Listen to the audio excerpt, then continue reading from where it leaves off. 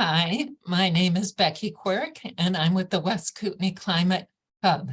Today, we're excited to feature Colleen Matte with the Kootenay Carshare Cooperative. Colleen has been dedicated to the growth and sustainability of the Kootenay Carshare Co-op, or KCC, since she was hired in 2009. Her passion for environmental protection and organization skills has fueled the KCC in becoming one of the only successful rural car shares in the world. She was a founding member of the Federation of Canadian Car Sharing Cooperatives that develop best practices for cooperative-based car sharing models. She is driven to see electric vehicles come part of KCC's services and passionate about providing environmental solutions to reduce Columbia Basin residents' dependence on fossil fuels, as are we all. Welcome, Colleen. Thank you so much, Becky. If you have any questions for Colleen after her presentation, please put them in the chat, or you can raise your hand to ask questions after her presentation. And I think at that, I'm going to hand it over to you. Thanks so much, Becky, and thanks everyone for joining today. I'm just going to share my screen and get the presentation started here. First off, I'd like to say Happy Earth Day to everybody.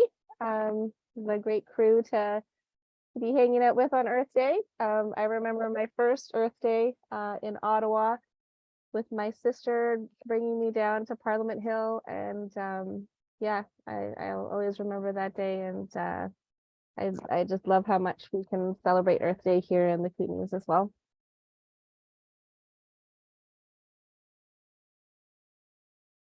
So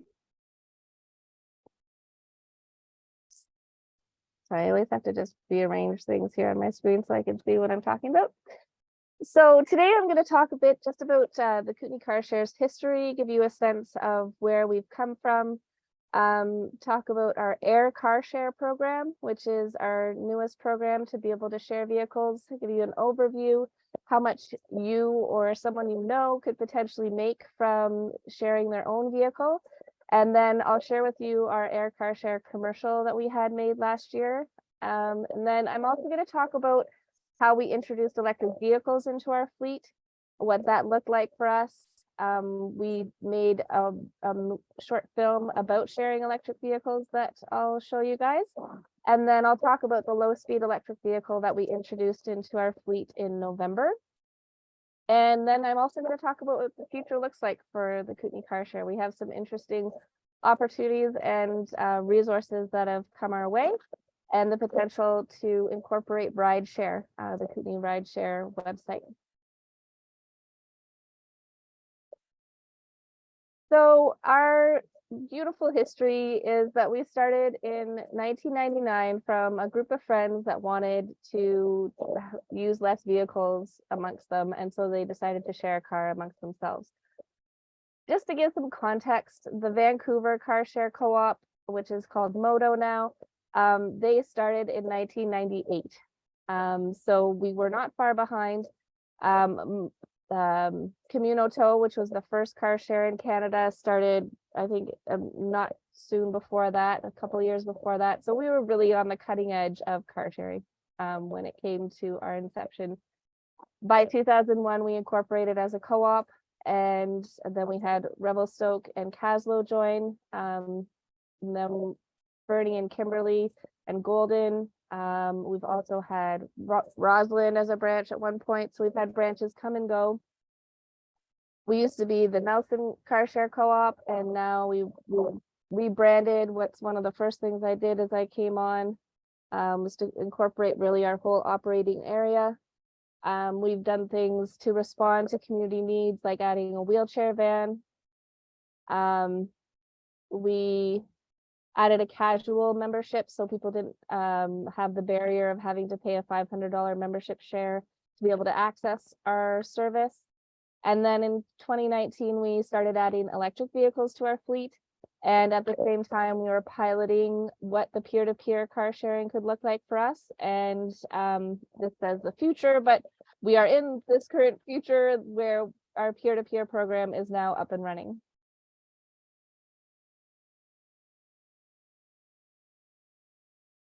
Oh, going the wrong way. So the Air Car Share program, it's like Airbnb for your car. So someone can come, and while you're not using your vehicle, they can come and they would book it online. You have access to restrict and allow when your vehicle is available. You can have a lockbox on your car, or you can hand over the keys. And then someone could take it for an allotted time that they've booked out on our website. And we are the middle person. We handle all of the insurance and infrastructure for the sharing and all of the finances. And then the vehicle owner still covers maintenance and repairs and gas or electricity costs for the vehicle. Both the vehicle owner and the Kootenay Carshare share in the profits from the booking, with the majority going to the vehicle owner.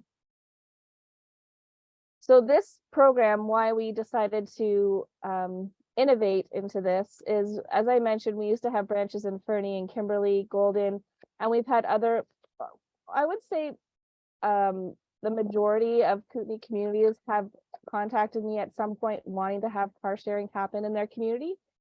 But it's a financial risk. It's challenging to maintain and own all of the vehicles, cover the cost of insurance.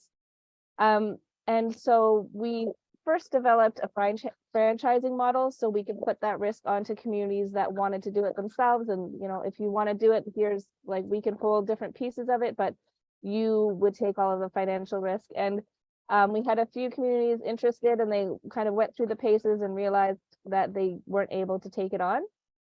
And so when the province started talking about allowing peer-to-peer car sharing through ICBC insurance, then we really dove on board, because this is a way that we can expand to every corner of the Kootenays with very low risk to us. Just the fixed costs are not there for us, and those are set on people who are already paying those costs anyway, and then they can earn income off of their vehicle, passive income. So what it looks like for someone who wants to put their vehicle into the car share, you fill out an application form on our website. They have to list their vehicle on our peer-to-peer policy through their ICBC. It costs about an extra $25 to $40 per year. Then they give us photos of the vehicle, photos of themselves. We like to really personalize the vehicle owners and their vehicle. And they have to provide us proof of a safety inspection that's been done in the last 3 months. And then they receive a welcome package, which we really tried to provide a lot of advertising and promotions that they can do within their community. We do a lot of online promotions, but as we know, the best promotion is word of mouth. So we really try to encourage vehicle owners to champion their vehicle to increase the memberships in their area, because there's no drivers listed in their area typically to begin with. So then the vehicle owner has control of when their vehicle is booked. They have a different, if you know the Carshare website, they have another page that they can see where they can block out bookings. And once their vehicle is booked, they've received monthly payments. So regardless if the person pays their bill, that's the risk that the Carshare takes on in this situation, but you will still receive the payments. And 15 or an hour before and an hour after the booking, ICBC views the vehicle as under our insurance. So if anything happens, we carry $5 million public liability and collision and comprehensive on all of our Air Carshare vehicles. And that's paid, it's a daily flat rate, and we add that to the cost of renting that vehicle. The rates keep going down. So it can be as low as $7 for the day for the insurance. And we charge that directly to the driver.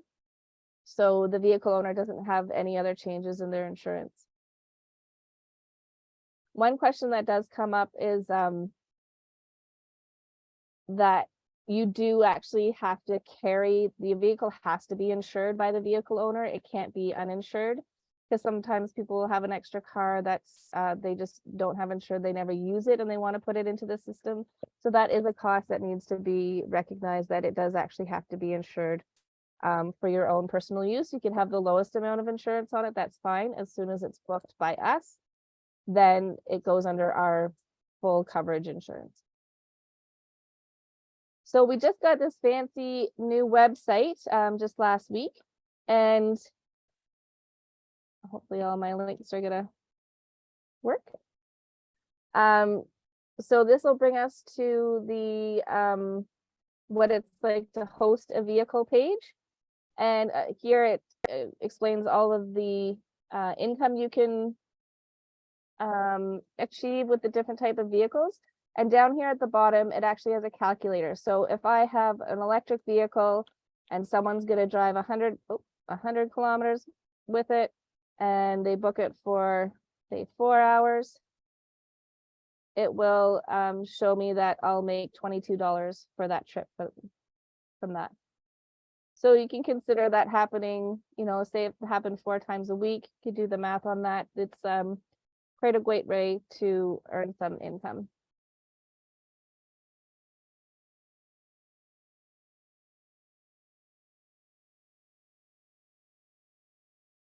So I'm just going to show you our Air Carshare commercial that we made.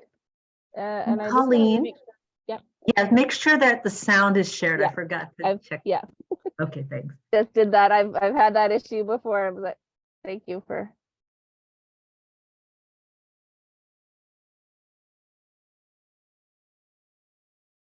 Do you want to help the environment and build community while earning a passive income? Kootenay Carshare Co-op has been servicing the Kootenays for over 20 years. With hundreds of members sharing vehicles, we specialize in everyday transportation solutions. Air Carshare is our newest program where you can make a passive income by hosting your own vehicle when it suits you. Think of it as Airbnb for your vehicle. The Air Carshare program benefits our economy, our environment, and fosters community. During the rental process, Kootenay Carshare has you covered. We provide extensive insurance for your vehicle, and only certified drivers will have access to the program. Wherever you are in the Kootenays, find out all the ways you can benefit from Air Carshare or Kootenay Carshare services at carsharecoop.ca. Being part of the Air Carshare program means being part of the solution. Oh, it still gets me misty-eyed. To get out of, I don't know what this is, so good evening, everybody. It's great to see so many people here on a what is a pretty bleak January evening. So yeah, I think that really lays out everything that the Air Carshare program offers, and I'll get the link to that. Maybe I'll put that in the chat, or maybe Laura, if you could put the commercial in the chat if you want to share that with anyone. It's a great little synopsis. So I'm going to move on from that program slightly, just to talk about sharing electric vehicles and what that experience has been like for us. So traditionally, the Carshare had never gone into any sort of debt. We paid for our vehicles with membership shares. And we had been waiting for the range on electric vehicles and the infrastructure to be at a place where we felt comfortable to introduce electric vehicles into our fleet. And 2018, 2019, we felt that our communities were ready. And so we were able to get loans from the bank and from Community Futures to purchase 2 brand new Hyundai Konas. This was a fantastic idea, but as you know, shortly after the world shut down, and it became quite a challenge to pay back those loans. But we made it, and we're here now still. And it's actually, even through the pandemic, our electric vehicles were our most popular vehicles to drive. In last year, in 2022, they compromised in Nelson. Our Nelson fleet has about 15 to 17 vehicles at a time, and it's been the most popular vehicle. It constituted 16% of our total usage last year, and the next highest vehicle was at 9%. So it's by far the most used vehicle in our fleet. Both of our EVs, we have one in Nelson and one in Revy, and surprisingly, they're both at 85,000 kilometers, like almost exactly the same amount of distance they've both gone, which is curious. And anyway, so yeah, they've traveled over 171,000 kilometers between the two of them. And we did have some bumps at the beginning. People were concerned about plugging and unplugging when it was raining, and just some little quirks about the vehicle that are more challenging to explain and address to 600 drivers as opposed to, maybe 5 people in your family. So we did make a how-to video for the nuances of how to use the electric vehicles. And really, we don't have any people coming with any issues, not being able to start it, not having any challenges with operation at all. It's overwhelmingly positive feedback of the experience of driving the electric vehicle. We've never had any issues of anybody being stranded. That's something that back when we were first talking about having them, that might come up, and it hasn't. The only issue that we could really say was the auxiliary battery, so not the actual like drivetrain battery, but the battery that starts the car that all cars have. They both went on both of the EVs at the same time, and it took a really long time to order the specific battery for that vehicle. So parts is still a bit of a challenge. But other than that, in the 3 years that we've been operating them, that's really been the only issue I can bring up. And then we also made this lovely video about sharing electric vehicles, which I'll share with you now.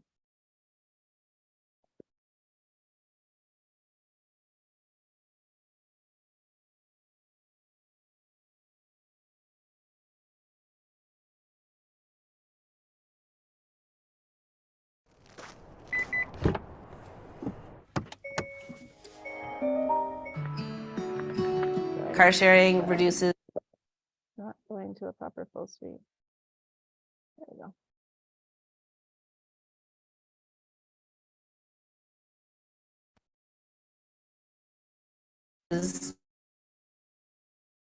The amount of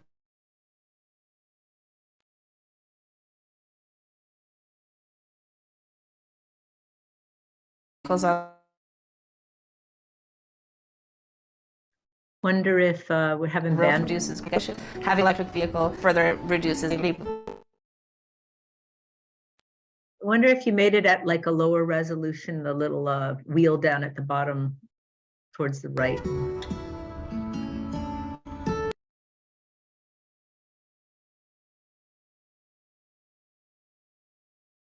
We had not only a food co-op, we had.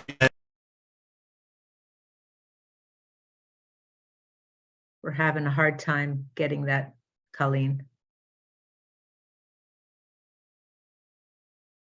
Colleen, you might be frozen too. You there, Colleen? Oh, did we just lose her? I think we just lost her. Be patient. We'll there she's still in.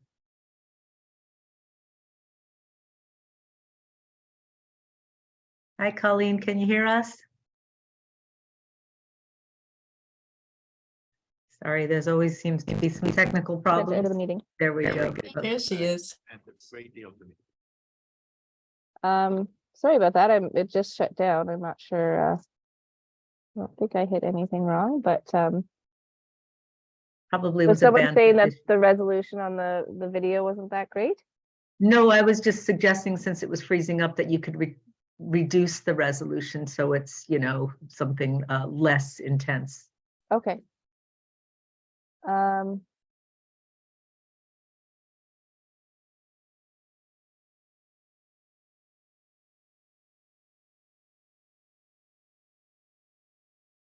Put it into the Carshare Co-op.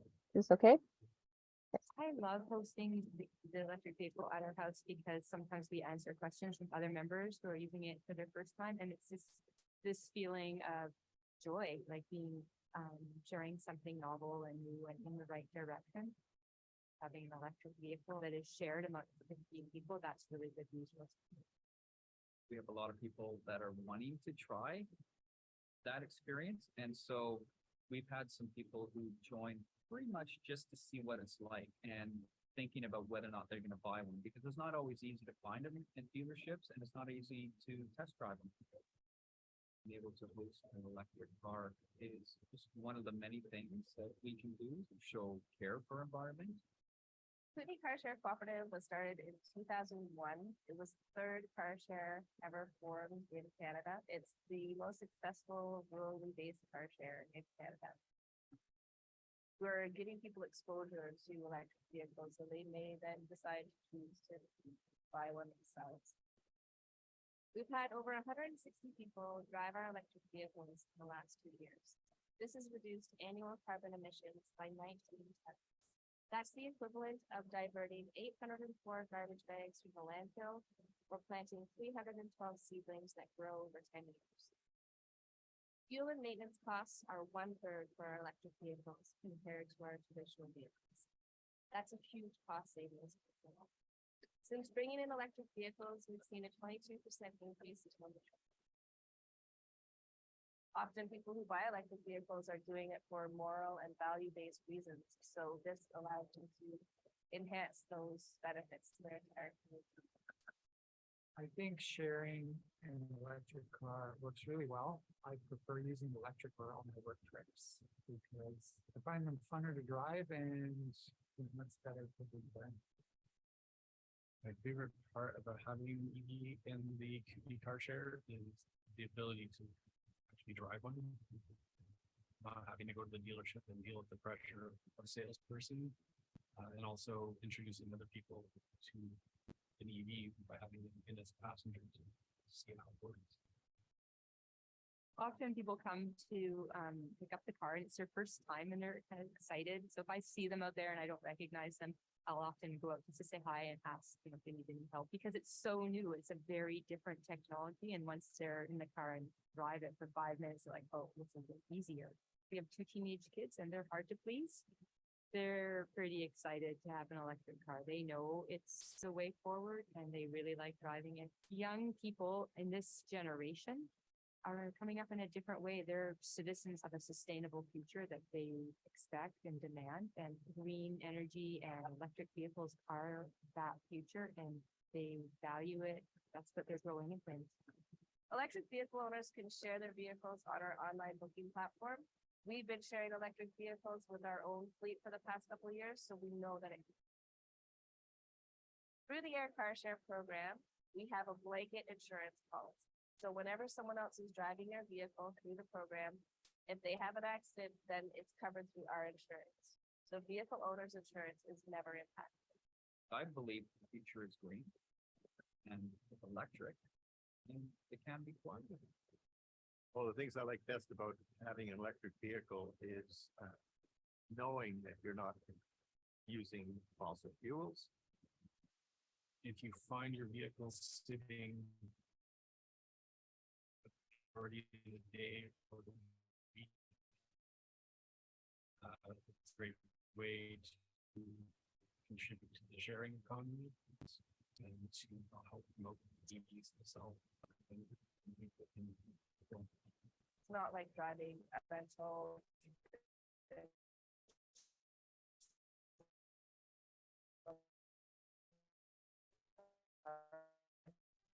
are respectful and share the vehicle. Sound is a bit tough right now.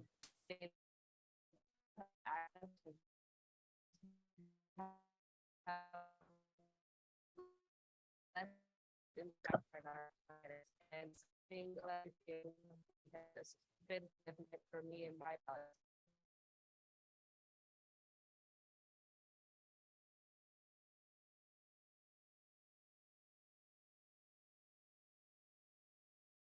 So Colleen, I don't know if it's finished playing, but we've it's kind of froze up. So if you can share the links to those videos in the I'll put it in chat and people can catch what they might not have heard. Yes, certainly. Yeah, those are great resources to be able to share all of the things that we've been up to.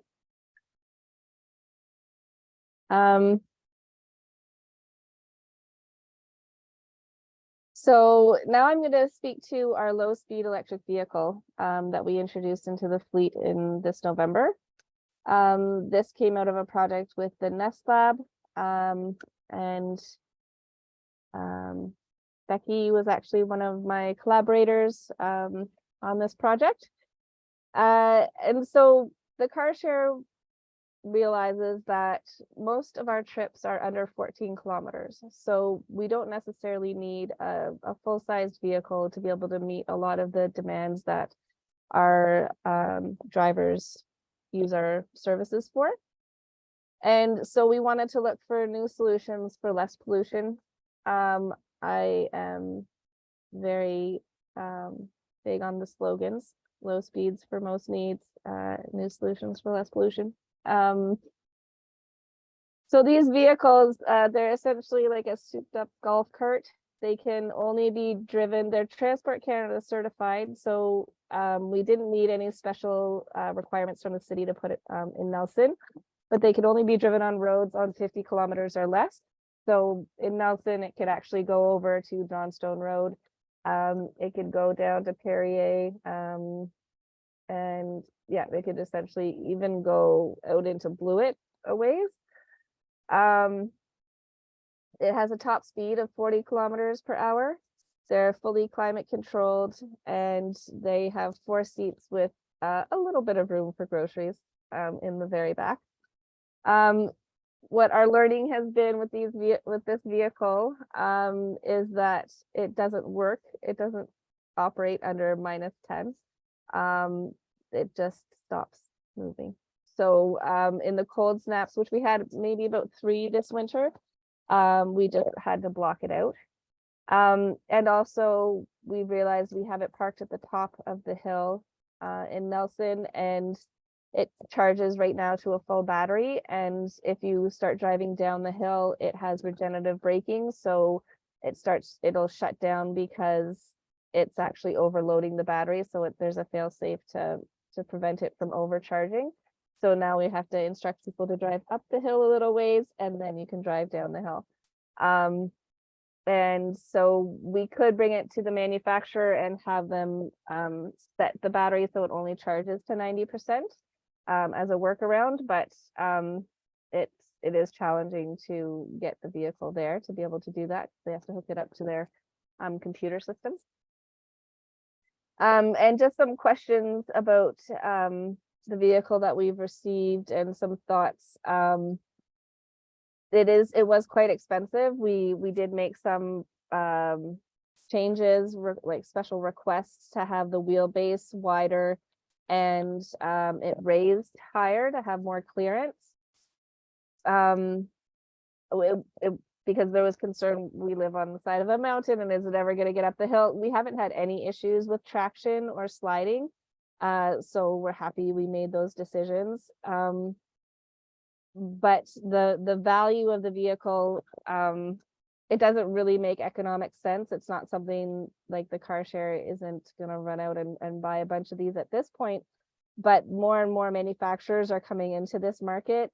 And as the price drops, this is definitely something that is going to be more accessible and a real alternative for communities to invest in.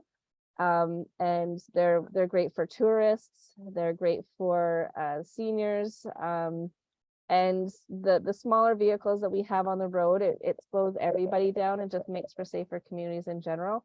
Nelson has a lot of electric bikes on the road. Yeah, it's just a consideration to, like, do you want on your electric bike to be going up against a truck or a golf cart? I think the golf cart is the safer choice. We really don't need these huge vehicles that we have in North America. If any of you have traveled in Europe, it's the one thing that I really acknowledged when I came back home, that everything is just so big here, and it really doesn't need to be. And so we're piloting this to show different alternatives that communities can use. So we were recently awarded funds to do a thorough evaluation of all of our programs. So air car share, our regular car share, electric vehicles, and potentially incorporating ride share into our suite of offerings. So over the next year, we're going to really be reaching out to the community and dig in deep of what we're doing, what we're successful at, and what we can do to sustain our services into the future. I keep mentioning rideshare. So with the change of the West Kootenay Eco Society over to Friends, I'm blanking on the name right now, Friends United, Neighbors United, Neighbors United. The rideshare, it doesn't have the same kind of place as it did. And so there's a potential for us to take that on. And with that, something that I've often heard about in transportation conversations is the need to incorporate load share, so moving goods around the Kootenays in a more flexible manner, and what that could look like. And this isn't listed here, but something that's always on my mind of what's coming up for the future is autonomous vehicles and how those can operate in our communities when they're brought into Canada. So that's just something always on the horizon for me. Electric autonomous vehicles could provide a lot of excellent solutions for us, because often, bus services have such a challenging time operating, regional bus services, and smaller vehicles I really see as the future for movement of people and goods around our communities. So now I'm just here going to open it up to discussion of what you guys need and see as the future of the car share. If there's anything that you want to have questions about or think that we should be doing, I'd love to hear it. Thank you very much. I have a couple questions to start off with. And you may have already addressed this, but when did the air share start? So air car share, it started again right at the beginning of the pandemic. We received a bunch of funding that we had applied for in 2019, and then in 2020 we started developing the software and all the pieces that we needed to launch it. So it's been a soft launch, but just this past week we changed our website to really showcase that we host vehicles as well as provide vehicles. And and we've also gone through an iteration with a few drivers that were signed up and learned from that experience and changed a few things to make it more flexible and respond to the needs of the vehicle owners. So I would say now it's really ready. Oh, good.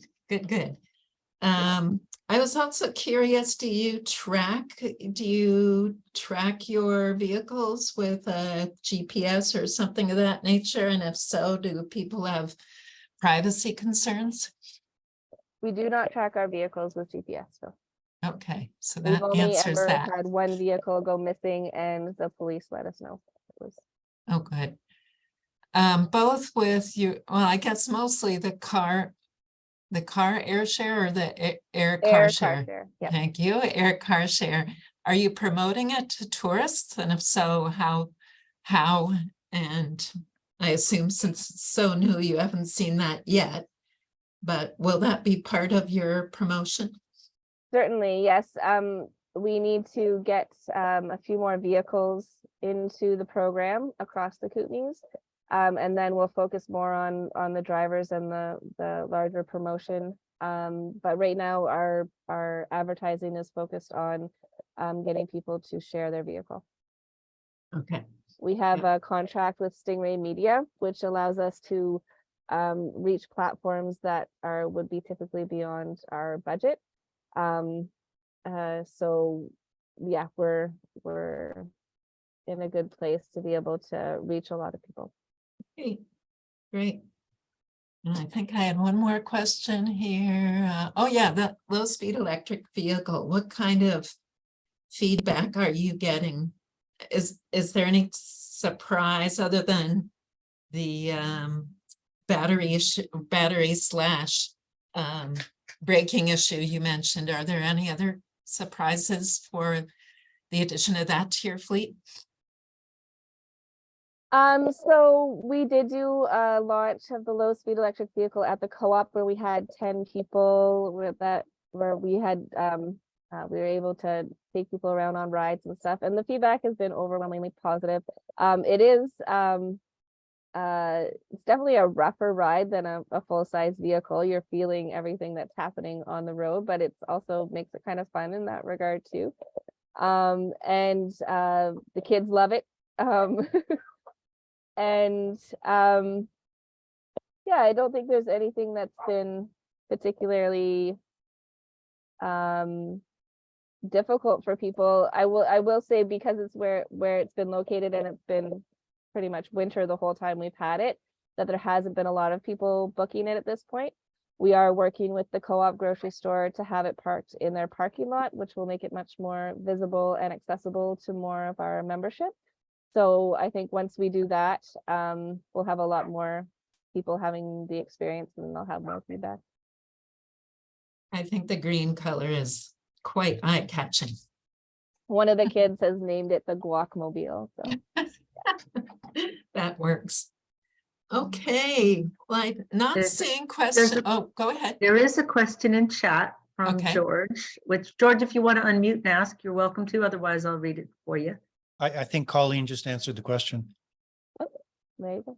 About possibility of moving it to a more central location. Co-op sounds great. Yeah. So good. Any other questions in chat or for anybody who wants to unmute?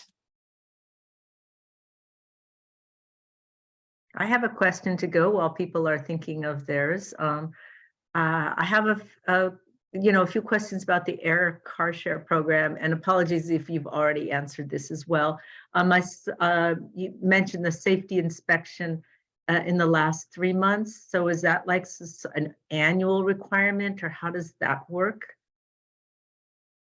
Yeah, that's correct. We do check that annually to make sure that the vehicles that are getting shared have updated inspections. Okay. And for EVs, how do they, do they need to charge up before returning them, or what are the requirements for? Yeah, so with our gas powered fleet, the policy is you have to have at least half a tank of gas when you return it. And the same goes for the electric. So you have to have at least half a charge in the battery. And so we have charging cards in the vehicles, so they can go to the flow stations and just use our card, because you don't ever pay for gas or charging yourself. It's incorporated into your kilometer cost. So you always get a refund if you do put any gas into our vehicles. And with charging, we refund homeowners that have the charging at their house, or we provide the flow charging cards. I'm sorry, there's going to be a bit of interruption here as the dogs have just been let into this room. If anyone has questions, you could just raise your hand or unmute and ask or.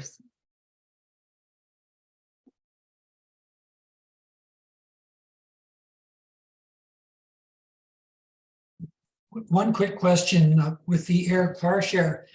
The owner is responsible for maintenance. And I'm just thinking of the scenario where the person borrowing happened to drive over a bed of nails and trashed your brand new tires. I don't know that insurance would cover that. Would that be the owner's dime on that? So, I mean, the car share has a policy. You have to do a walk around check before and after. So hopefully, I mean, in the event that that's something that would obviously stop someone's trip. So we definitely know who did that. But as a driver, you are liable for damages that you do to a vehicle. Yeah, I'm not sure exactly what would happen. That's a great question. We learn as we go for those types of things. But the drivers have to pay the first $500 of any damage is how we word it. So whether that's $500 is going toward a deductible to go through ICBC for a claim, or whether that's us doing repairs to our own vehicles. And then they pay 50% of any damages between $500 to $2,000. So I think that would, close to cover that type of damage, and the car share would then, under that policy, be on the line to cover any amount that driver didn't cover.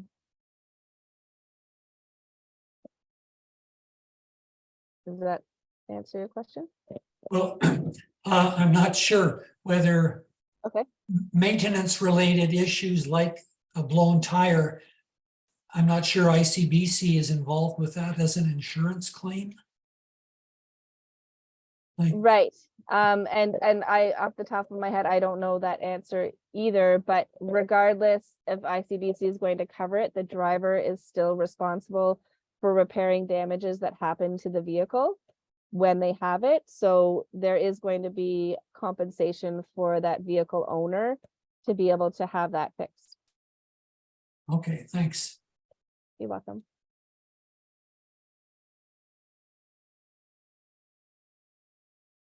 I think that's it. I'm not seeing raised hands or questions. Wait a minute. Oh, great. Someone put a calculator in the chat. That's great. Oh yeah, another quick question. On the example of the calculator, is that the number that comes out, is that split between the co-op and the owner? No, Or is that, no, that's what the vehicle owner would receive. okay. What was yours? Yes, George? George? I'm just wondering, Colleen, what is the timing? Maybe Colleen? No, I unmuted you.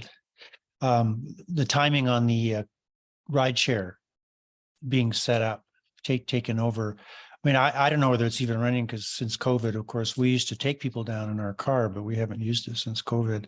So is that something you're looking at gearing up soon? Well, the rideshare site is up. You can post rides on there. It's a pretty there's not a lot to do with the rideshare. The site pretty much does it all. So you can still post rides and get rides there. It's more the promotion and trying to make it more expanded and promote it. So the decision just hasn't been made yet. I think when we go through this process of delving into all of our operations, we're going to look at that opportunity and make the decision then. Taking it on comes with support as well. There's some financial support that comes along with taking it on that was allocated for it from Sustainable Kootenays, which is what it was actually housed under previously. So yeah, so it's a definite possibility. We just haven't had the capacity to fully explore that decision yet. Thanks. Yes, Laura. Oh, hi. I also recall sometime in the last year mentioning the possibility of expanding to e-bike rentals, and I was wondering if you've explored that any further, or if that's sort of on the radar for the future. Yeah, I mean, we've definitely had a lot of interest in that in the past, and we did do a bit of a report of what that might look like for us at one point. As things come to us, it's really community engagement and need that we try to respond to. So I feel like in Nelson in particular, because the city has done such a great job of promoting purchase of electric bikes, that we haven't had a lot of people requesting that. So it hasn't come to the forefront, but definitely as we go through this in-depth strategic plan, that will come up for sure.